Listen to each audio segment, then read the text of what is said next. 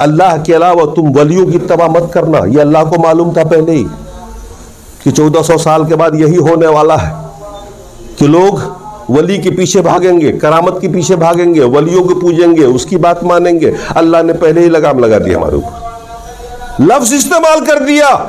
اگر اولیاء نہ ہوتا تو بھی ہم لوگ اسی کی تفسیر کرتے, وہی معنی نکالتے, لیکن یہاں تو اولیاء آ گیا, ولی کی جمع آ گئی نا. اولیاء کی اتباع نہیں کرو گے, یہی تمہیں گمراہ کر دیں گے, کیونکہ یہ انسان ہے. ان کو گوشت کھانا ہوگا, کہیں گے سنت ہے. کھانے کے بعد ان کو مٹھائی کھانے کی عادت پڑ جائے گی, یہ کہیں گے یہ بھی سنت ہے. ان کو جو شوق پڑے گا نا اس کو سنت کا نام دے دے کر کے مرید سے کھاتے رہیں گے, پیسے لوٹیں گے, کہیں گے یہ بھی سنت ہے, نذرانہ دینا, لفافہ دینا بھی سنت ہے. بھائی آدمی تو آدمی ہوتا ہے, ہم بھی آدمی ضرورت مند ہے, کسی نہ کسی بہانے سے, عقیدت سے, مسئلہ مسائل سے, ثواب کی نیت سے دان پردان سب کچھ کروا لیں گے.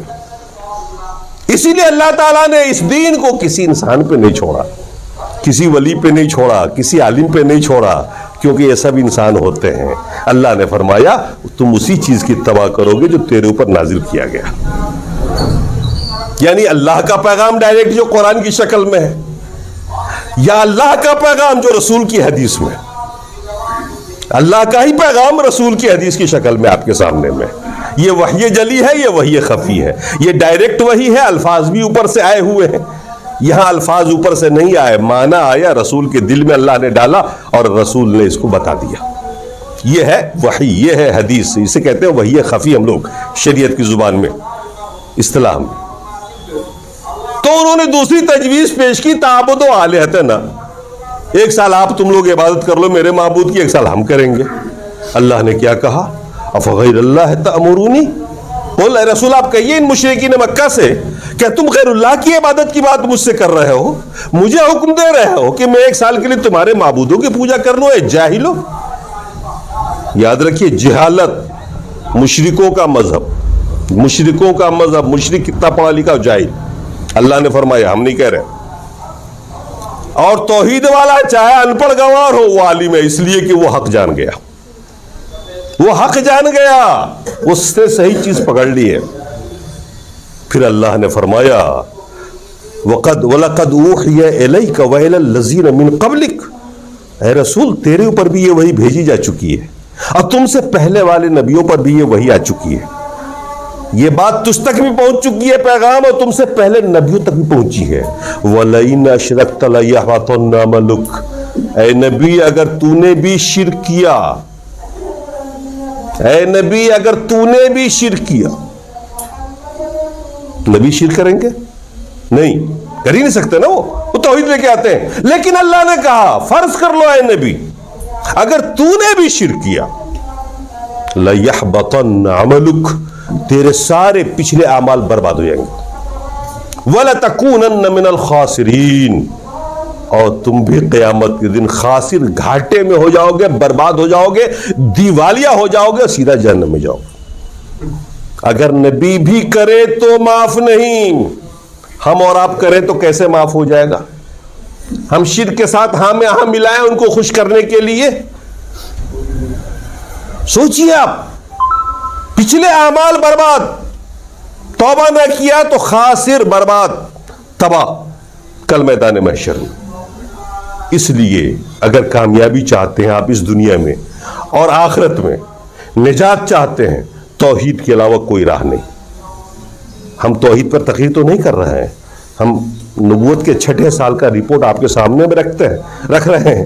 یہ ایک تبصرہ تھا جو میں نے پیش کر دیا اس کے اوپر. اللہ تبارک و تعالی ہمیں اور آپ کو توحید پر قائم رہنے, گامزن رہنے کی توفیق عطا فرمائے, اور ہر طرح کے شرک, گناہ صغائر و کبائر سے